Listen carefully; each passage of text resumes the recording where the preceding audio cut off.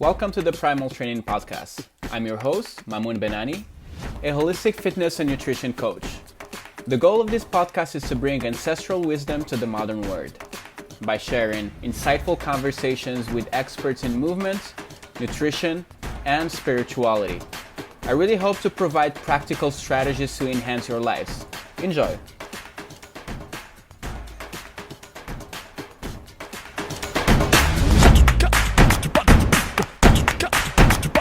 What's up, Okay, man? we're here, we're live. Yes, What's up, sir. man? How are you? Doing good. How about yourself? Good, good. I'm super excited for this. I want to let the mystery. I didn't want to burn all the information you have to give last time we talked. So I'm sure there's going to be a lot of super interesting information for today. So as I was saying, I put a quick introduction. The best thing to maybe describe what you do is talk maybe a little bit about your book. And I was saying about how much there's a lot of information out there, and sometimes it's tricky to leave the good information for the next generation. And that's what your book is actually doing, is build your legacy. How do you leave a legacy? For your case, it was your children, but it's the children of everybody. So how can you leave them the wisdom and the information we've been having for many generations? So I leave you I leave you the microphone, and the one thing I wanted to start this podcast is maybe read the poem. There's a poem in the beginning of your book, and I find it really beautiful, and it really resonates with me. So Thank you. yeah. Thank you. Yeah. Well, let's start off with the poem. So I got the book here, so I'll read the poem Hmm. here. I'm not the best public reader, but we'll go through it anyway. Yeah. All right. So the poem's entitled, obviously, it's called Legacy. So Hmm. this one is for my legacy.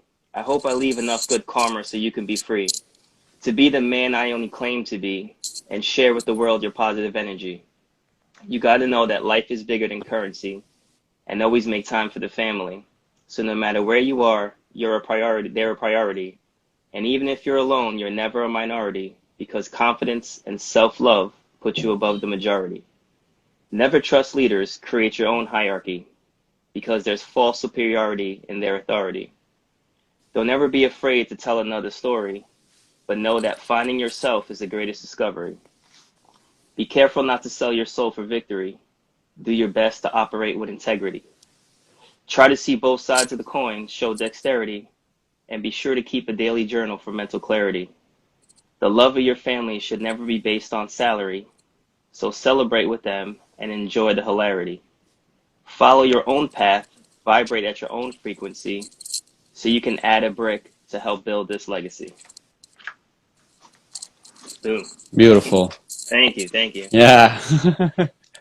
Yeah, you really resonates with me, and it's a good it's a conclusion of all the things you've been putting in your book. So for those, I let you maybe introduce what was the idea behind writing your book, Build Your Legacy, and how did your journey bring you into putting this big project? It is a big project, writing a book. Yeah, and it was an accidental project, and I think sometimes that's the best thing when you do something by accident. So when my first son was born, one of the things that kind of hit me was the idea of how can, God forbid if something happened, right? Or to my parents or to my girl's parents, what are some of the values and principles that we want our kid to have? And I think a lot of people, we naturally do this. We naturally have your grandparents say something, or your mom always said something, your dad always said something growing up, and we hear this over and over again, and we tend to tell our children. But over those years, things get lost in translation, and we forget about things. And so my idea was I want to write this down so that he can have it. So again, if anything happens, he'll have this thing to read and look at and say, this is what we stand for as a family.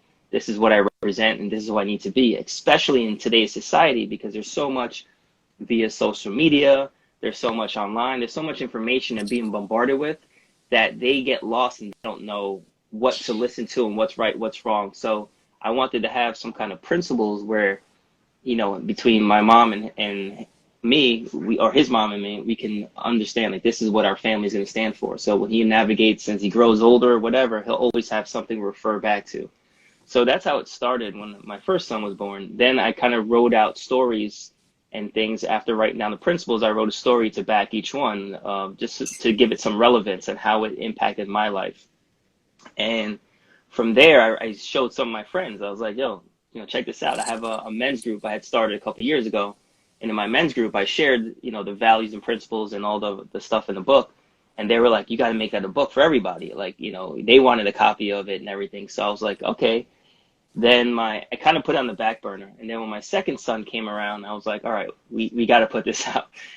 So I linked up with a friend of mine, and she helped me get the publishing, do everything on Amazon. And we went online, we went to Fiverr, we got artists for the cover and everything. And so that's why on the cover you see there's 18 bricks that represent each principle of the book. And then this one on top would be the last one, and then my kids are to build the rest of it, right? So it's leaving that last brick on top, and they will now go and build from there. So everything ties down to building a legacy and the family coming together to move forward and leave some kind of lasting mark, whether it be on the world or just with people you run into, people like yourself, people you meet. Everyone can relate to it, and I think everyone can enjoy it, and it can help them whether they have a family or they're doing it by themselves, or they're just a mentor or coach. It just helps put things in perspective or in a box on how to move forward from whatever they're doing now. Mm-hmm. Yeah, that's really key now.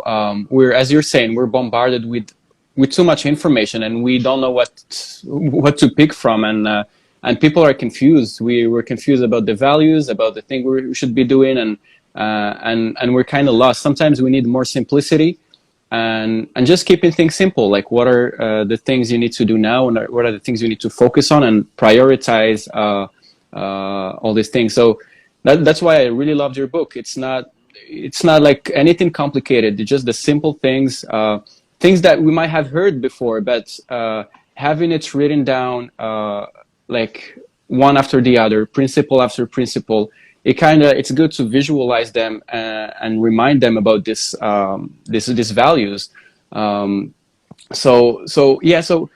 So writing this book, I think you mentioned to me, like, you went into a process of like putting it's like everyone in the family kind of participated in writing these values. It's something that you want to, so is it the wisdom of your parents and grandparents and like everyone in the family, you want to kind of channel it into something that you can give to the next generation? So tell us about the process of writing these principles. Yeah, so what it started with, some of it was like I actually sat down with my parents, my girl, and my brother, and actually had them write on index cards certain values and principles they wanted, my son or their offspring, ancestry to have. And some of it was just in conversation, like talking to my girl's parents. I would ask certain questions, or talking to my grandparents. You hear these things again, the stuff that comes over and over again, but you don't have to get too complicated with it. It was like, what's something my grandma always says? What's something her grandma always says? And taking those things and you're just writing them down into a simple principle, or just a phrase that encompasses all of that. And I feel like one of the things that we wanted to do, because a lot of people, we talk about genetics being passed down. You talk about hair color, you talk about eye color, you talk about height, weight, the way someone looks. Oh, they look like their grandma. But we don't talk about characteristics that are passed down. We rarely talk about, oh, that's the same way your grandpa thought. That's the same way your grandma would think. You act just like this person. So we rarely really dive into the other stuff that's passed down through genetics. And so I feel like this will give my kids, if they start to kind of, maybe they encompass a certain characteristic from my grandmother or my girl's grandmother. Now they can see in the book, like, oh, okay, that makes sense, that my lineage, this person acted this way, and this is why I may have these ideas in my head. And it gives them something to feel comfortable, so they don't feel so alienated. I think too often we feel alone in this world. We feel like we're the only ones who think this way. We feel like we're the only ones who feel this way. We think it's all on us, and it's not. We're all in this together. We all have these ideas and these values, and it's important that we share it, so that our story, and one of the principles in there is, don't be afraid to tell another story. You can learn from another person's story. You can help other people by sharing your story, and that's really what the book, I feel, encompasses it for everybody. Yeah, it is important to have an idea of the lineage. And especially like you might be thinking the same thing. We're lacking role models, and people look for the wrong ones. And I think that's why like in many maybe like difficult neighborhoods, like people would join gangs, or they would go to find someone they look up to, and it's not always the right person to have as a model. And I think it is important to have, I mean, to have people that have these values, and like you can't blame these people that go for the wrong models, because they just can't find the good ones. Do you think there's a problem with role models in this Yeah. age, at least? Yeah, there's a huge problem. I think we place this worship on celebrities, right? Like I was just watching the Tiger Woods documentary, which is great. Last night we watched the Britney Spears one, and you see how people Hmm. idolize these celebrities. We idolize these people, and we place all this stuff on them, and even parents like, look at that person, be more like them. And we rarely look at our kids and say, be more like yourself. Like be you, find what makes you tick, rather than searching for these ideals in someone else. It's like you need to stop trying to find it somewhere else and discover it within yourself. And I feel like we're pushing these role models, again, celebrities, and now the marketing teams and the algorithms and all this have figured out what we're going to click on, what we're going to want to see more of. So they just feed us that. So it's not someone being authentic. A lot of celebrities, a lot of it is them just playing to a role that we said society wants you to be the good girl. So play the good girl role. Society wants you to be the bad boy. Play that. And we place these labels on people, and then they feed that because that gets more clicks, more likes, more whatever. And we rarely look at our Hmm. friends or significant others and say, what do you stand for? Like, what do you believe in? I know what the celebrity does. I know what the star athlete does. I know what the politicians think, but I want to know what you think and what's your own opinion. I feel not enough people have confidence in themselves to say, this is what I believe and this is what I stand for. And one of the quotes I've always heard as I've grown up was, if you stand for nothing, you'll fall for anything. And I think that's why, as a culture, we're slowly collapsing, because we're falling for all these false narratives, because we don't believe in anything ourselves. And whether it be religion to save Hmm. you, I didn't want my kids to just have religion. I want them to have their own thing. And so that's what the book was, again, based on, is here's your own thing. Here's your role models, our parents and our grandparents. Those should be your role models, and model your life after that, not after what, I don't know, LeBron James or Kim Kardashian is doing. You know, like, don't model yourself after them. Model yourself after people who come before you, and you stand for your own person. And in this society where everyone's trying to fit in, you will have the confidence, hopefully, and the ability to be yourself and stand out. Yeah, yeah. Standout is a keyword. And 2 weeks ago, I was speaking with someone, Alejandra Diaz. Yeah. Yes. She's your student, huh? Or you work together? No, so she took the Animal Flow program. I don't know if I taught her directly, but I'm one of the master Okay. instructors for Animal Flow. So we met through the Animal Flow community, and she's awesome. And Oh, I love her book as yeah. well.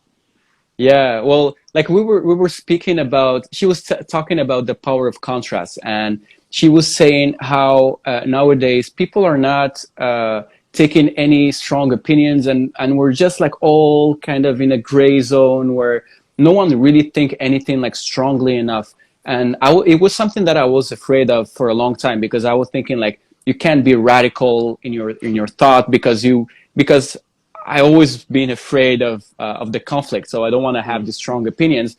But she kind of changed my mind in a way that it is important to have this contrast, because that's what actually is building anything.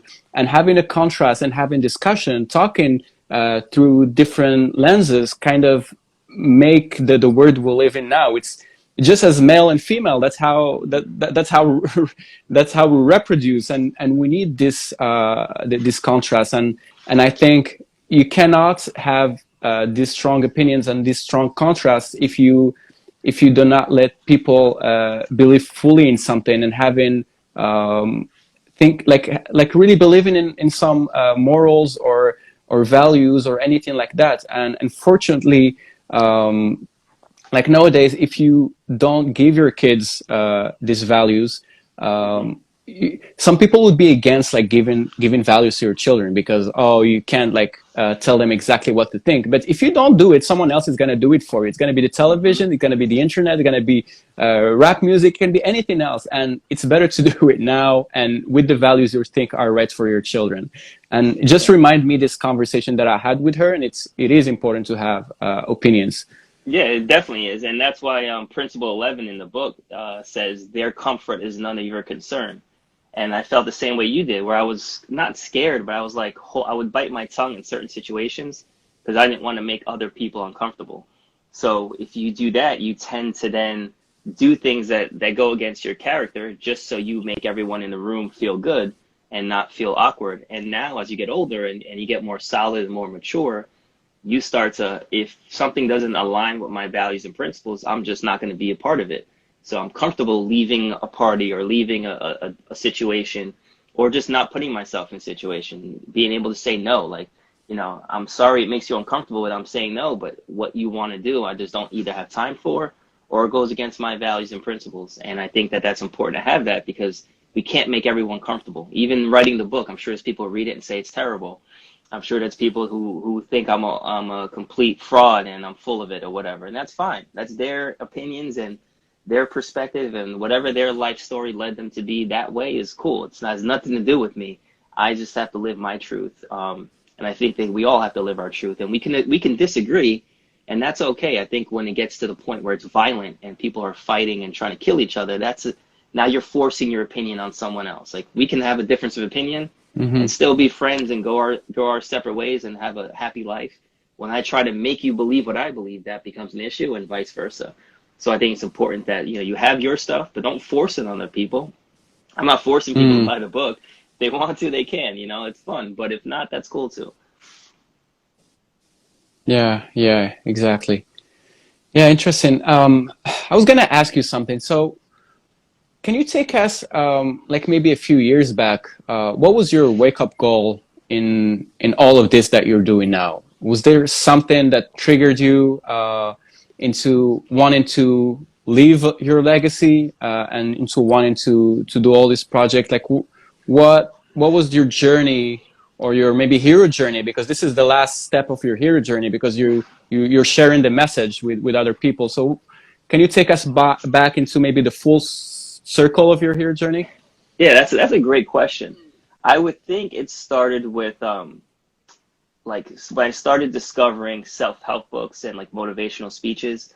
Like, I really got wrapped up in that, like watching people on YouTube, and I would download stuff, and as I drove, I would listen to a motivational speech in the car, and all this like rah like cheerleader type stuff. And that led me, if you read the book, it led me to take on way too much. Like, I was so motivated, I can do everything, I could change the world today. And I went out and I started burning myself out because I was trying to go too far and do too much, to the point where I was getting like almost anxiety attacks, where I had because I had 6 jobs at the time. So it was like everything was going. I'm just like, I forgot to do this. I need to do this. And I was chasing my tail every morning, and I was just burning the candle at both ends. And I realized that my personal life wasn't the way I wanted, and things weren't going the way I wanted or envisioned my life going. And I think honestly, the turning point was once I started finding what my voice was. And I think sometimes it's necessary to follow or listen to other people's voice until you find your own. And so you kind of, confabulate your own thing off of what they've already had. And so I started finding my own voice and how I wanted to deliver my voice and how I wanted to deliver my message. And then when my girl got pregnant, that was like the catalyst. That was the final thing. That's like, okay, now I have to really write it down, and I have to get it together so he gets the right message. Because, I feel when people have kids too young, you notice that they're trying to discover themselves as they're trying to raise a kid at the same time. And sometimes that can be conflicting because, well, you used to say this, now you're saying this, and you didn't have, because you were still growing yourself. I know friends who had kids when they were 17. Like, that's difficult because you're finding yourself at the same time you're trying to train this other future adult to live in this society. Well, you don't even know how to live in society, right? So for me, it was like, I have these ideas, let me be proactive, write it down. So no matter what happens, I can always refer back to the book. And it forces me to then abide by these principles too, because I can't say something that I'm not willing to do myself. So my son at some point will be able to turn this right around at me and use my own words against me, which it's going to be interesting when that does happen. But I felt like that was the thing, that having the kid at that age, and at the same time, I kind of found my own voice. I really had to write it down before I lost the energy or lost the enthusiasm to put it all together. Mm. And what were the hurdles that you had along the way? I'm sure it wasn't an easy journey. Like you might have like objections and think telling you it's stupid or crazy. Yeah, the hurdles are us, like our own self, our own non-belief. And that's why it was funny, because while I'm writing a principle, in the same back of my mind, part of me is like, no one's going to read this. No one's going to care. Why am I doing this? Right. And you have this self-doubt. And I think we all have that self-doubt. We have that voice that tells us either we're not good enough, or no one's going to care, or this isn't good. But while writing those principles, I have to, again, it forces me to then abide by them. Mm, So those were the hurdles. And the hard part about writing too is you have these moments, for me anyway, as a writer, there's moments of like, I can write 10 pages, and then there's days where there's nothing coming to me. So that was a hurdle too, because you have to get in the groove to kind of write, for me anyway. And it's not always there. The inspiration is not always there. The motivation is not always there, especially editing, going back and looking at it again. Like the motivation to read through it again is like, I don't want to do this. So you had to kind of have to force yourself to go back and read it again and go through it again. So it was written over almost 2.5 years ago, and it just came out a couple months ago. So it's, that's a long process, and most of us give up halfway through. So it was important to mm, kind of keep seeing it all the way through. yeah, yeah. It's well said. It's us. I mean, even if it comes from the outside, at the end of the day, you're the gatekeeper, and you're the one who decides if you want to let these objections coming in, or if you want to stop them, or you deal with them. And Hmm. a lot of people they just follow the wave, and whatever takes them, they just live with it, and they don't take the time to really think about all these things that are coming from the outside, and just like put a stop sign. Don't get in. I don't want this to Hmm. interrupt whatever I'm doing. Right. So I mean, it's good to know that at the end of the day, whatever is gonna stop you is you decide. You're the one who in control with your time, what you're doing, and with your project, and it's Well, that's good. why it's important to have a tight circle. I feel like having a tight knit circle of friends, because once they approve, like if you have let's say your top 5 or top 10 people that like, if they say yes, then everything's a go, right? And so I have a good Hmm. network of friends, a good network with my family. So once they say something's good, I don't care what anyone else says. Like after the book came out, my mom was like super proud and she was happy. My girl was super happy about it and super proud. So like once those two, and then seeing my son look at it and go, "Oh, Daddy wrote that book. Daddy wrote that book." Like having Mm, that made whatever else happens with it, it really doesn't matter. Honestly, it's like that was what it was made for. And so if it grows and does well, great. But if only these people find joy and find value in it, then it was worth the effort and the time that was put into it. And it's important to keep that hmm. in mind. I'm not looking to be, New York Times bestseller and be the greatest author in history. It's like this was made to help the people who want it, and when they're ready to hear the information, it's there and it's out. So I don't have to worry about in the back of my mind, I gotta write this, I gotta write this, I gotta write this. It's completed, and now I can move on to the next projects. Mm. Yeah, yeah. I think you mentioned that having a tight circle and having like just like people you trust in your circle, and not worry about anyone outside of that. That is something important, and I feel that I mean, at least for me during the COVID, Mm. like I had to restrict myself to a limited number of people, and that was I mean, it was difficult because I used to like being around people and doing stuff and being outside and all of that. But at the same time, I've learned a lot because I know who are people that are around me, and they've been all supporting me a lot in the project that I'm doing, and that's one of the good things. There's many good things that happened with these changes the past months, but it was one of these things. Yeah. So, guys, next question I had. So, I mean, you have this book with all these principles, and how would anyone like how would people like a new father or someone who's thinking of having kids, like how can you apply these principles in a like concretely, like how would you implement them, and what are the ways you would recommend to someone to actually give them this advice and these tips beside like reading the book? Is there Right. any advice you can give? Yeah, 100%. So the number one advice, and if you look at the last chapter of the book is now it's your turn. And what that means is whoever the reader is, it's up to them to create their own principles. Yeah, sure, you can take these and implement them in your life, but I think it's important that everyone writes their own, because I don't know what your family used to say. I don't know what your grandparents, mom, dad, uncles, sisters, cousins, I don't know what your family stands for. So, the point of the book is more to spark an idea within someone to create their own principles. And so if someone's reading this, let's say a new parent or someone who's going to be a coach of a team or someone's going to be whatever they're going to do, write down your principles. That way you have something to refer back to. So for me personally, what we've done is we have these principles on a board in our kids' room. So we Mm-hmm. can look at it and say, hey, this is, principle number one, whatever. And we reiterate it and constantly say it to our kids. So on the way to school, like I'll tell my son, how are you going to treat people today? And he'll say, the way they want to be, the way I want to be treated. What does yes mean? Mm-hmm. Yes means yes. What does no mean? No means no, right? So you start implementing these in your speech when you talk to your children. Mm-hmm. And then eventually they may not fully understand it yet, but you're ingraining that pattern. And similar to movement or training, like you're ingraining a movement or a motor pattern, you're ingraining an idea in their head. And so as they get older, then they can fully understand it later on.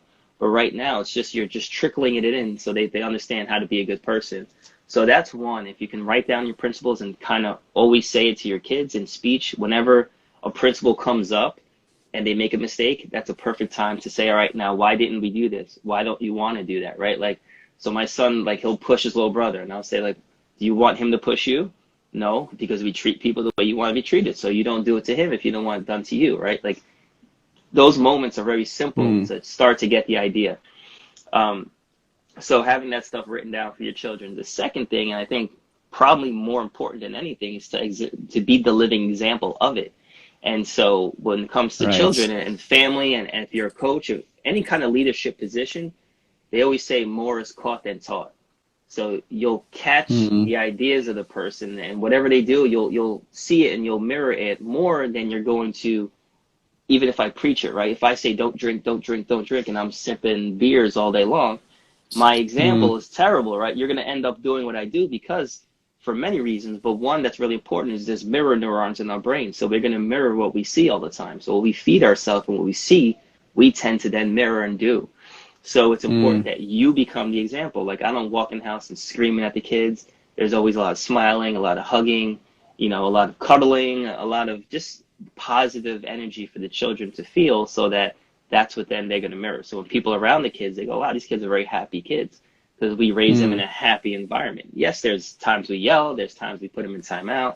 All that's necessary, but if you write down the principles, you constantly reiterate them to your children or your mentees or the person you're coaching or your students that you're teaching. And if you live the example, I think those two things will really help you solidify the principles and pass them on in the proper manner. Yeah, I totally agree, and this is something that I have seen from my part in my family. Like my parents were not really vocal about emotions, really shy about emotions and how to live like any values. It was more of the way they were living, and that's what I picked on. And many great values that I took from my parents, none of them were actually like told vocally, and and I feel it's something that was passed on to me in the way I teach my clients, and the way I'm with everyone around me, because it was one of the values that was passed on. Is I never try to tell people what to do, or tell them they're wrong, or I just leave, and I just try to be as much as possible the best person I can be, and work as much as I can on myself. And thankfully, and it brings on some people around me, and they like what I do, and it inspires them to get better, and maybe move more or eat better. And I find it's like such a powerful tool. You can read as many books as you want to read, or like go to experts and being told by doctors to change your life. But at the end of the day, if the doctor is overweight and stressed and not sleeping, there's no way you want to believe what he's saying, because you want to someone who looks like healthy and happy and smiling, and then you're told like he must be on something good. He must know what he's talking about. And that's what I try to do in everything that I do. Is just be there's a saying that goes by like, be the silent teacher, and the best teacher is the silent teacher. You just live by your words and your values, and at the end of the day you inspire a lot of people. And I Yeah, and think that yeah. also makes it easier, right? Because if it's in your character and your nature to be a certain way, it's easy to sustain that, because then you just have to be yourself. If you create Hmm. this character that everyone gets to see, and you create this false narrative and this mask that you show society, then you have to maintain that and keep that up. Because the second Hmm. they see the real you, they're going to be like, oh, that person's not this. So it's important to be authentic, because that's easy to carry on. And you can just be, every time someone meets you, I'm not sure if you've met people online and then see them in person. And sometimes they're like, wait, you're not like this guy I've just been watching on YouTube or Instagram. Yeah. And so I get from people sometimes, and I'm not nowhere near any kind of celebrity status, but some people I meet at workshops or trainings, they're like, wow, you're just like you are on Instagram or whatever. And it's like, what did you expect? Like, that's a compliment in their eyes, but in my eyes, I'm like, who are you Yeah. following that people have been lying to you about the character, the person that they are, right? So I think that makes it Yeah. easier, to sustain sustainability in your characters, because that's who you are, your essence, your true self. The other thing I think is the lower vibration, right? So if you vibrate a certain frequency, people are going to be attracted to you. So those of lower frequency may be attracted, and those of the same frequency, they're going to want to kind of vibrate with you. So I think that's important too, that you be the person that you want to attract, and then it just naturally starts to happen Mm, instead of forcing it to happen. exactly. I totally agree. Yeah. Cool. And my next question is, so do you think that there's been a change in the way we pass on our legacies? Like maybe like, let's say 1,000 years ago. Like I'm all about like ancestral wisdom, Yeah. and kind of dig into the way we used to live thousand, hundred of thousand years ago, and try to incorporate it in this age. So do you think there's been a change in the way we pass on legacies? Is it better or worse, or how what's your intuition? So my intuition's telling me, and that's why, again, why the book came out, is that we've completely lost the ability to pass down legacy. Again, with social media and everything, people are trying to be like those who are most popular, right? Where back in the day, it was like you compared yourself to your neighbors. So you went outside and you were like, hey, I drive a Toyota Camry, and this person drives a Honda Civic, and this person drives this, and you compared yourself to people in your circle, and naturally, whatever area you were in was the same kind of economic growth. So you compared your successes to those to the right and left of you. Now people are comparing themselves to someone in another country, someone who may be royalty, someone who may be whatever. Like, we're comparing ourselves to these outrageous situations. So I feel like Mm, people are having a hard time leaving a legacy, because it's like, well, what do we stand for?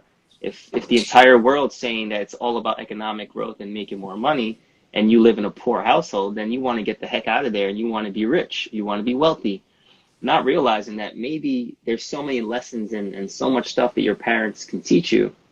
You think they're wrong just because they don't have a Bentley or a Mercedes, right? So hmm. you think you don't want to listen to them anymore, because in your eyes, in the eyes of soul society, they're not doing well. Meanwhile, they may have some great values and principles and be a hardworking family and be doing well. You just don't realize it. So I think Right. we're losing that. And again, that's why I think the book's important, and writing it down is important for you and whatever people's family. It's important to write it down and say, this is what we stand for, and this is how we pass this down. I think passing down stories is important. Mm, Again, passing out any kind of literature, any kind of books, talking to your kids about this stuff. Like, we, as parents, sometimes we don't talk about, hey, this is how your grandma was. Let me tell you some stories about your uncle. Let me tell you stories about, we don't share these stories. We kind of shield our kids from this, good, bad, or indifferent. We shield them. And so they don't even know where they come from. Like, we're not sharing our yeah. ancestry with our children. And it's not going to be taught in Yeah. school. because in schools, the victors get to write history. So you're not hearing where your family came from. You're hearing what the school wants you to learn. So it's important that we share with our children and take that time to tell them, hey, this is where you're from. Like my parents came from Puerto Rico and they were very poor when they started out. My children will know that this is how we started our foundation, and that you've been gifted, you've been blessed with a little better situation than when we started, and for them to understand that. So I think it's important that we share with our kids, again, write down stories and have that information, that wisdom we can pass down. Yeah, exactly. I totally agree. I mean, stories, they're lost. Like if you think maybe like thousands of years ago, we all had like stories, like fireside stories that Mm-hmm. you would tell your kids, mythology, myths, and anything that's like out of this world, like heroes or that what inspires kids. And nowadays we're like so much in this scientific base, like really left brain environment, that we're losing sight of anything that's like not logical. And that's why people like kids, like that's why they love like all the heroes and all the movies and Hollywood movies, Mm-hmm. because it inspires them. And if you don't, as we were saying, if you don't teach them about these stories, they're gonna look for the ones that are in Hollywood and on TV, on Yeah. internet and all of that. So yeah, it is important to tell your story, not someone else's story. Yeah, and that's what I think brings me to like creativity. And I always tell my kids, like when they have some imagination thing, or my son's being creative, we foster it more and go, yeah, that's cool. Tell me more about that. Like he'll make up stories and we'll go, yeah, what else happened? What else? What else? It's never like, ah, that's corny. Why would you talk about that? You want to encourage the creativity, because to me, creativity is king, and that's where the next wave of society comes from, right? That's where the Apples and the Mark Zuckerbergs and whoever, these people were creative, they created something, and that's where the value really is in the creativity. So we want to foster that, because a lot of times, and again, I'm not knocking school. I teach at a college, so I'm well in the education system. But we Mm, tend to educate our kids out of creativity. We tend to say, well, yeah, that's great, but learn math, learn science, learn the solid stuff. Don't go into the arts. And I think the arts are really where the future is, because that's, an artist had to see all these things. Think about paintings. They would painting with all these dots and all this stuff before people knew what molecules and atoms were. So mhm. I think art is always kind of ahead of where we can logically understand. So I think the art kind of, it's like a circle, right? They all kind of feed each other. But I think Mm. our kids are losing the creativity and the art, and I think we need to push that more and pump that more into them, so they can be Yeah. a more balanced society. Yeah, exactly. We need both. We need the creative people, and we need the more conservative ones. I think it's Jordan Peterson who talks about it, about like how in all like in the Silicon Valley, you have all the ones that start the big projects are all the creative ones, right brain, like more Mm, crazy-ish kind of people. But like 3, 4 years after they start the business, they can't run it. They need like no. more conservative people that are like more organized, and they grow it to another level. But we need, as a society, we need to have this contrast of different mentalities, and we need to work together. Not to say that if you support this candidate, if you're in this political party, or if you think this or that, we're different. No, well, I mean, we are different in some way, but at the end of the day, we need to work together, because that's how we create a solid society. And Yeah. yeah, Yeah, and that's how the book came together, right? Like I'm in my mind, I'm more of a creative person. I like to create and put things out, but I'm not the follow-up guy. Like to follow up and get things in order and everything, that's really not my strong point. My strong point's put me in front of a thing and I'll be creative and help it grow. But then hmm to stay with that, it's hard for me. I lose interest and I want to go on something else. So like again with the book, mm, if it weren't for my from one of my clients, Stacy, who helped me edit the book, she went in and she did proofreading and editing. And then my friend Louisa, who helped me with the book to actually put it out, she gave me deadlines and she was like, I need this by this date. And now I'm working on the audio book. I'm working with another friend from the UK. And she's telling me, you got to get this mic and you need to record this amount a day. So these people are helping me to get my creativity out there. But without them, I would still have this written in my journal and it won't go anywhere. Right. So I like to your yeah, point, I needed these other people to really help me put this together. So it's a team effort. It's not just all me doing it myself. yeah, yeah. Yeah, I totally get it. I feel like I'm in the right kind of in the right spot. I'm like all over the place. I'm like, well, I'll do all these things, but it's at the end of the day, yeah, you have to work with other people. You can't go on your own. No, and even for you, like doing this podcast and do these things, like you could be the one maybe reaching out to your friends and people to be on, and then find someone maybe to edit, find someone to Mm, set up other things, and then as it gets a little bit bigger, then you get more people on board, and it grows a little more, or you find another project, and it all depends on what starts to work for you. I'm all about, you know, aiming at different things, and whatever starts to kind of work well, I'll focus a little more on that. But I like having a lot of things going on at once. I don't like being just one thing at a time. That's not the way I work. Some people do, and yeah. that's great. Mm-hmm. Yeah. Well, yeah, that's great. I'm digging this conversation, but I think we're gonna start wrapping it up. So one of the questions that I ask at the end of the podcast is, so waking up this morning when you woke up, was there anything that you were really grateful for? There's like one thing that you felt like really grateful for having in your life. This morning, particularly because it was my morning with the kids, so me and my girl alternate. Um, but it was interesting you say that because this morning in particular, it's so strange that you just said this question. Because I walked into my son's room and he was sitting up in his crib, and he's at the stage now he's rocking because he's learning to crawl. He's 8 months, Mm-hmm. and I woke up and he's sitting there and he like looks up at me, and for like that split second, it was like the most joyful moment ever. Like it was just, I was Mm, exhausted. It's 6 a.m. I didn't want to be up, but like he looks up and he like kind of smiles, and it was like just that split second. Like you're just blessed to be able to be in the house and wake up with your kid there. There's a lot of people, like a friend of mine's in the military. He travels a lot, so he doesn't see his kids as much. So mm, being able to be in the same house in the same space as them, to me, that's such a blessing to be around. And again, a lot of people are whatever for whatever circumstances they can't wake up in the same house as their children.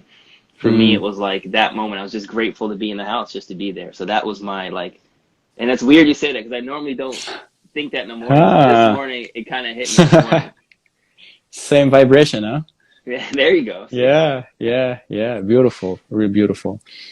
Yeah. And yeah, my next question is, what was your best mistake you've ever done? Best mistake I've ever done. Hmm. That's a tough one because there's been so many mistakes, and all led down different paths. I think the hmm, I think the best mistake I've ever done is get into excessive debt really early in life. When Hmm. I first started my business, I took out a cash advance on a credit card, and I was like 30 something thousand dollars in debt, like without student loans. That was including student loans. That was on my own Oh. trying to build this business. And yeah, I get cash here, and they're loaning me money, and I had a good credit score, and then all of a sudden, like all the debt piled up, and I couldn't pay a lot of it back. And so I Hmm. had to like work like super hard to get out of that. And I realized that managing your debt is so important, because, and then obviously instead of the money I made, instead of going to make more money, it went to paying off all the excessive debt I got into. So Yeah. I think it's important for me. It made me really be a little bit smarter. I'm still kind of wild with money, but it made me be a little bit smarter to like, all right, I can't get so far out of debt where I can't catch up. I need to have a nice ratio where it's enough debt where I can handle and I can still Hmm. save. Because if you don't start saving now, and that's again it's something I teach my kids, my dad taught me, you got to save some money for the future. They say my financial planner told me, plan the divorce before the marriage. So Hmm. save the money, plan the retirement before you go out and start splurging. So your money's in different boxes and you can come back from it. So that was the biggest one that Right. helped me out. Uh, yeah, that's a great one. Yeah. Okay. Well, yeah, I really loved talking to you, man. It was great. If people want to reach out to you, know more about what you do, would Instagram be the best place? Is there any place you would suggest? Yeah, honestly, Instagram's probably the best place. You can email me, flowosophy@gmail.com. The book's on Amazon, so you guys can check it out. The link to purchase on Amazon is in my bio. So if you see me on Instagram, Mm-hmm. FLOO_fitness, you can click on there. The Great. link's in there. You can get the ebook, get the paperback, and the audiobook is coming soon. Great. Perfect. Well, thanks, Chris. Really appreciated this conversation. I'm so honored to have you on my show, and yeah, we stay in touch. Thanks, man. Thank you, sir. Appreciate it. Take care, buddy.